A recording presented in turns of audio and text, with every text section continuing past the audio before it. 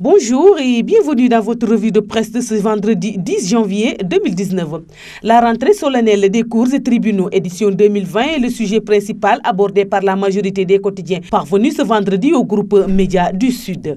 La cérémonie présidée jeudi par le chef de l'État Macky Sall a porté sur le thème « La lutte contre le terrorisme, un défi des États africains ». À ce propos, Enquête affiche à sa une le djihad de Macky Sall, soulignant que le président Sall a annoncé une nouvelle loi sur le terrorisme qui va prendre en charge les attentats ou menaces avérées, le recrutement, la provocation ou l'apologie du terrorisme. Citant Macky Sall, la publication écrit « Il faut prêter attention à la gouvernance de l'Internet comme espace de propagande », tandis que le premier président de la Cour suprême, Mamadou Badio Camara, a insisté sur l'impératif, en dépit de l'extrême gravité des crimes terroristes, de garantir les droits de la défense.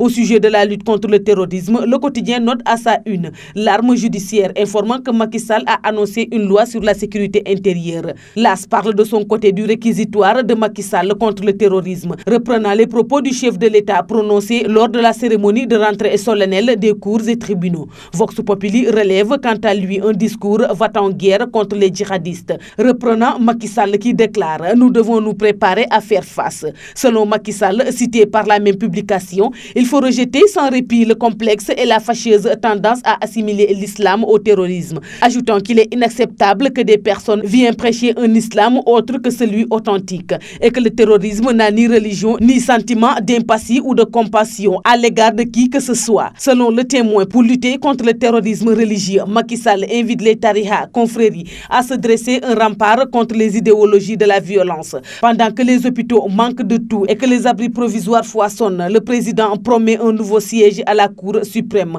institution inutile s'il en est, et s'exclame le journal. Au sujet de la rentrée solennelle des cours et tribunaux, Sud Quotidien évoque l'agenda 2020 de Macky Sall, rapportant les annonces faites ce jeudi par le chef de l'État, notamment un projet de loi sur la sécurité intérieure, la construction du siège de la Cour suprême. C'est ce qui fait d'ailleurs dire à Ouagrand Place que Macky Sall a doublé magistrat. Le président du Conseil supérieur de la magistrature a profité de cette cérémonie pour annoncer la construction d'un siège pour la Cour suprême, mais également une aide financière de 500 millions de francs CFA destinée à la formation des avocats, écrit le journal. Le chef de l'État a promis la construction d'un nouveau siège de la Cour suprême ainsi qu'un centre de formation pour les avocats. Mais dans cette rentrée, l'ombre du magistrat Ibrahima Amidou Dem et la réforme de la Cour de répression de l'enrichissement illicite ont beaucoup plané dans la salle, constate Tribune. Nouveau siège pour la Cour suprême, difficulté du centre de formation judiciaire. Walf écrit que les magistrats dépoussièrent leurs vieilles doléances et Macky Sall prend note. Pour le reste, les journaux sont revenus sur la marche pacifique de la plateforme Nyolank prévue ce vendredi à Dakar